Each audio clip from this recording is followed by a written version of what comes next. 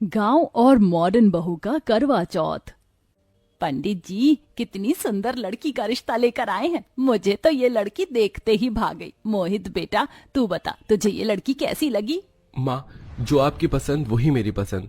वैसे माँ, मैं तो छोटा हूँ, मुझसे पहले तो अनिल भैया की शादी होनी चाहिए। बेटा, मैं तो इसे समझा समझा कर थक गई हूँ। अब तू ही समझा। जब भी शादी का नाम लूं तभी इसका मुंह बन जाता है। ना जाने इस जन्म में शादी करेगा भी या नहीं। ऐसा नहीं है माँ, मैं शादी करूंगा पर अभी नहीं। लेकिन क्यों भैया, क्या आपको कोई लड़की पहले से ही पसंद है? अगर ऐसी बात है अनिल, बता मुझे। मैं तेरी शादी उसी लड़की के साथ करवाऊंगी। कम से कम तेरा घर तो बसे। मुझे एक लड़की पसंद तो है, उसका नाम सुनीता है। लेकिन वो हमारी तरह शहर की रहने वाली नहीं है, बल्कि वो गांव से है और हमारी तरह ज्यादा पढ़ी लिखी भी नहीं है। जब लास्ट टाइम मैं एक प्रोजेक्ट के सिलसिले में गांव गया था, तब मेरी मुलाकात सुनीता से हुई और कब ये छोटी सी मुलाकात प्यार में बदल गई मुझे पता ही नहीं चला। अगर तू उस लड़की से इतना ही प्यार करता है तो मुझे इस रिश्ते से कोई एतराज नहीं है। मैं तेरी और मोहित की एक साथ ही शादी करवाऊंगी। अपनी माँ सुमित्रा की बात सुन अनिल काफी खुश होता है, जिसके बाद सुमित्रा गांव जाकर सुनीता के माता पिता से बात करती है और अपने दोनों बेटों की शादी एक ही दिन रख देती है। शादी की सारी रस्म खत्म होने के बाद सुमित्रा अपनी दोनों बहू का बड़े प्यार से गृह प्रवेश करती है। माँ जी, ये घर तो किसी बंगले से कम नहीं लग रहा है। क्या ये सच में मेरा ही ससुराल है? ऐसा घर तो मैंने शाहरुख खान की एक पिक्चर में देखा था। अरे बहू, ये शहर है और यहाँ पर ज्यादातर लोगों के घर तुझे ऐसे ही मिलेंगे। सुमित्रा अपनी गांव वाली बड़ी बहू को घर के बारे में बता ही रही होती है कि तभी घूंघट ओढ़ी शहरी बहू जानवी एकदम से अपना घूंघट ऊपर कर देती है। शहर से होने की वजह से जानवी ने अपने लहंगे का ब्लाउज भी कट स्लिप बनवाया था, जिसे देख सुनीता अपने मुंह पर हाथ रख लेती है। ही राम, देवरानी जी, ये आपने कैसे कपड़े पहने हुए हैं? या चुन्नी पहनकर आ गई हैं? माँ जी, आपने देवरानी जी से कुछ कहा नहीं? चुप कर गंवार, ये लेटेस्ट फैशन है। आजकल की सभी ब्राइड्स इसी तरह का ब्लाउज पहनती हैं, तेरी तरह ऊपर से नीचे नहीं, समझी? जानवी बहू, ये कोई तरीका है अपनी जेठानी से बात करने का? माफी मांगो इससे। मम्मी जी, आपने सोच भी कैसे लिया कि मैं इस गांव की गंवार से माफी मांगूंगी? न जाने क्या सोचकर आपने इस गांव की गंवार को मेरी जेठानी बना दिया। इतना कहकर शहरी बहू जानवी मुंह बनाकर अपने कमरे में चली जाती है। सुनीता बहू, तो जानवी की बातों का बुरा मत मानना। धीरे धीरे वो तुझे समझने लगेगी। सुनीता को समझाकर सुमित्रा भी अब अपने कमरे में चली जाती है और ऐसे ही दोनों बहुओं की शादी का दिन गुजर जाता है। अगले दिन होते ही सुनीता सुबह सुबह उठकर भजन गाते हुए भगवान की पूजा करने लगती है। ओम जय जगदीश हरे, स्वामी जय जगदीश हरे।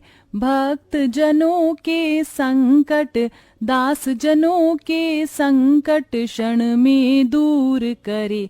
ओम जय जगदीश हरे। सुनीता के भजन की आवाज को सुनकर सभी लोग नीचे आरती में आ जाते हैं।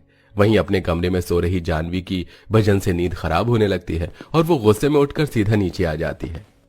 अरे जानवी, तुम आ गई? मैं तो आरती लेकर तुम्हारे कमरे में ही आ रही थी। ये लो, तुम भी आरती ले लो। अपनी ये आरती अपने पास रख गवार। तुझे क्या सुबह सुबह कुछ और काम नहीं है जो ये भजन गाकर मेरी नींद खराब कर दी? इतनी मुश्किल से तो मुझे नींद आई थी। अगर अब तेरी भजन की थोड़ी बहुत भी आवाज आई ना तो तेरी जुबान काट के रख दूंगी, समझी? सुनीता के गांव से होने की वजह से जानवी को बिल्कुल भी पसंद नहीं करती थी। सुनीता अकेले ही घर की सारी जिम्मेदारी को भी संभालती है। जहां सुनीता दिन भर घर के कामों में लगी रहती, वहीं जानवी कभी फ्रेंड्स के साथ मॉल जाती तो कभी क्लब। ऐसे ही समय गुजरता है और करवा चौथ को सिर्फ एक दिन रह जाता है। जानवी, सुनीता बहू, शादी के बाद ये तुम्हारा पहला करवा चौथ है। करवा चौथ पर सास बहू को सरगी देती है। इस सरगी के अंदर काजू बादाम किशमिश मिठाइयाँ सब कुछ है। कल सुबह सूरज निकलने से पहले तुम सरगी खा लेना और साथ में ये सुहागन का जोड़ा और श्रृंगार का सामान भी है। कल करवा चौथ पर तुम इन्हीं सामान से तैयार होना। सुनीता अपनी सास सुमित्रा से सरगी का सामान लेकर सुनीता के पैर छूकर आशीर्वाद लेती है, लेकिन वहीं जानवी भी सरगी का सामान देखकर मुंह बना लेती है। माँ जी, ये क्या आपने मुझे बेकार सा सामान दिया है? आपने सोच भी कैसे लिया कि मैं इतनी घटिया क्वालिटी की साड़ी पहनूंगी और ये लाल चूड़ियां और गंदी सी लिपस्टिक लगाऊंगी? मैं करवा चौथ पर क्या पहनूंगी ये मैं डिसाइड करूंगी, ना कि आप। इतना कहकर जानवी मुंह बनाकर चली जाती है। जानवी की बात सुन सुमित्रा को बुरा तो लगता है, लेकिन सुमित्रा उसे कुछ नहीं कहती। सुमित्रा के कहने पर सुनीता जानवी की सरगी ले जाकर उसके कमरे में रख देती है और वहीं दूसरी तरफ जानवी करवा चौथ कपड़ों की शॉपिंग के लिए एक बड़े से मॉल में जाती है। ये हुई ना बात, अब मिला है मुझे करवा चौथ के लिए एक परफेक्ट ड्रेस। जानवी बड़े से मॉल से अपनी करवा चौथ के कपड़े ले लेती है। साथ ही एक बड़े से पार्लर में जाकर manicure, pedicure, waxing, bleach, facial, cleaning, hair spa जैसी चीज करवाती है। कल तो करवा चौथ पर सबसे ज्यादा सुंदर मैं ही लगूंगी।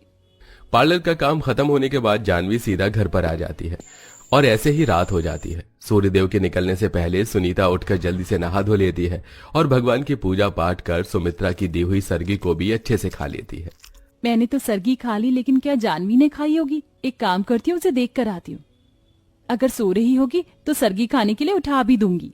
सुनीता जानवी के कमरे के बाहर जाती है और काफी देर तक जैन के कमरे का दरवाजा खटखटाती है, लेकिन जानवी नींद में होने की वजह से दरवाजा नहीं खोलती और बेचारी सुनीता वापस आ जाती है।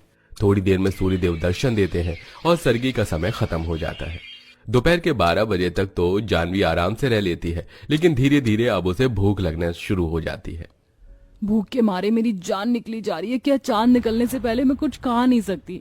नॉर्मल फास्ट में तो इंसान फ्रूट चिप्स तो खा लेता है, तो इसमें ये सब क्यों नहीं है? क्योंकि ये करवा चौथ का व्रत है और सभी शादीशुदा औरतें इसे अपने पति की लंबी उम्र के लिए रखती हैं।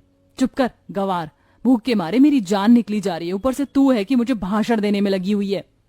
जैसे जैसे शाम होने को आती है, गांव वाली बहू अपनी सास की सरगी में दी हुई साड़ी पहनकर तैयार हो जाती है। अरे बहू, मैं तो करवा चौथ की पूजा का चित्र लेकर आ गई थी, लेकिन तूने तो इसे अपने हाथों से ही बना दिया। माँ जी, हमारे गांव में सभी औरतें अपने हाथों से ही करवा पूजा का चित्र बनाती थी। मैंने उन्हीं को देखकर ये सीखा है। सुनीता बहू, थोड़ी देर में मोहल्ले की सारी औरतें करवा चौथ की कथा सुनने के लिए आ जाएंगी। एक काम कर, तू जाकर जानवी को बुला ले, दोपहर से सो रही है, ना जाने कैसा व्रत रखा है इसने। कोई बात नहीं माँ जी, पहला व्रत है ना, इसलिए धीरे धीरे जानवी को इसकी आदत पड़ जाएगी। सुनीता करवा चौथ की कथा के लिए जानवी के कमरे में बुलाने के लिए जाती है। जानवी अपने कमरे में लेटकर आराम से फोन चला रही होती है। जानवी, करवा चौथ की कथा सुनने का वक्त हो गया है, जल्दी से तैयार होकर नीचे आ जाओ। मेरे पास इतना फालतू का टाइम नहीं है कि मैं ये कथा सुनने के लिए नीचे आऊं। जानवी, करवा चौथ का व्रत रखने वाली हर औरत करवा चौथ की कथा सुनती है। बिना कथा सुने तुम्हारा व्रत पूरा नहीं होगा। अपना ये फालतू का ज्ञान अपने पास रखो, अनपढ़ गंवार कहीं की। तुम मुझे सिखाओगी? निकल जा मेरे कमरे से। अपनी जेठानी के लाख समझाने पर भी जानवी करवा चौथ की कथा सुनने के लिए नहीं आती और उसे बेइज्जत करके कमरे से निकाल देती है। जिसके बाद सुनीता अकेले ही सभी सुहागन औरतों के साथ बैठकर करवा चौथ की कथा सुनती है। जैसे जैसे शाम गुजरने लगती है, वैसे वैसे अब जानवी की भूख भी काफी बढ़ जाती है।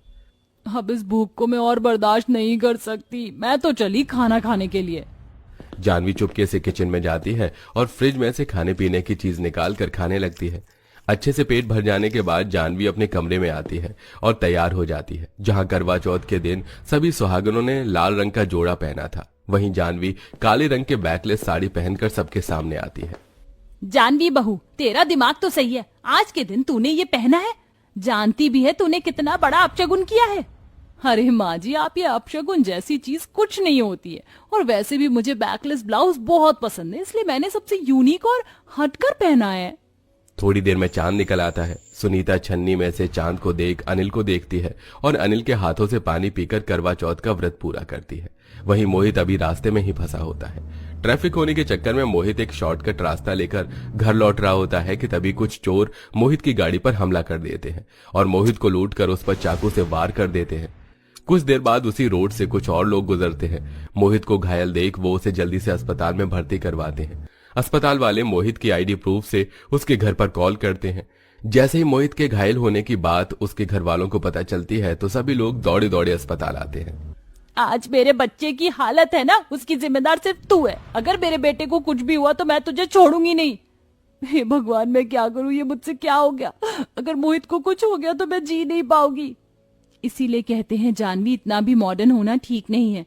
तुम्हें करवा चौथ के व्रत का बहुत अपमान किया, इसलिए करवा माता ने तुम्हें सजा दी है। लेकिन अभी भी देरी नहीं हुई है। अगर तुम करवा माता से अपनी भूल चूक की माफी मांग लो, सच्चे दिल से अपने पति की लंबी उम्र के लिए प्रार्थना करोगी, तो मोहित को कुछ नहीं होगा। सुनीता की बात मानकर जानवी करवा चौथ के व्रत में की हुई सारी भूलों की करवा माता से माफी मांगती है और अपने पति की लंबी आयु के लिए प्रार्थना भी करती है। थोड़ी देर में मोहित को होश आ जाता है, जिसे देख जानवी बहुत खुश होती है। इसी के साथ अब जानवी को अपनी गलती का एहसास होता है और सुनीता से माफी मांगती है और हर साल सुनीता के साथ सारी रस्मों को निभाते हुए अच्छे से करवा चौथ का व्रत करती है। दोस्तों, क्या आपके भी घर में कोई करवा चौथ का व्रत रखता है? तो उसका नाम हमें कमेंट में जरूर बताइएगा।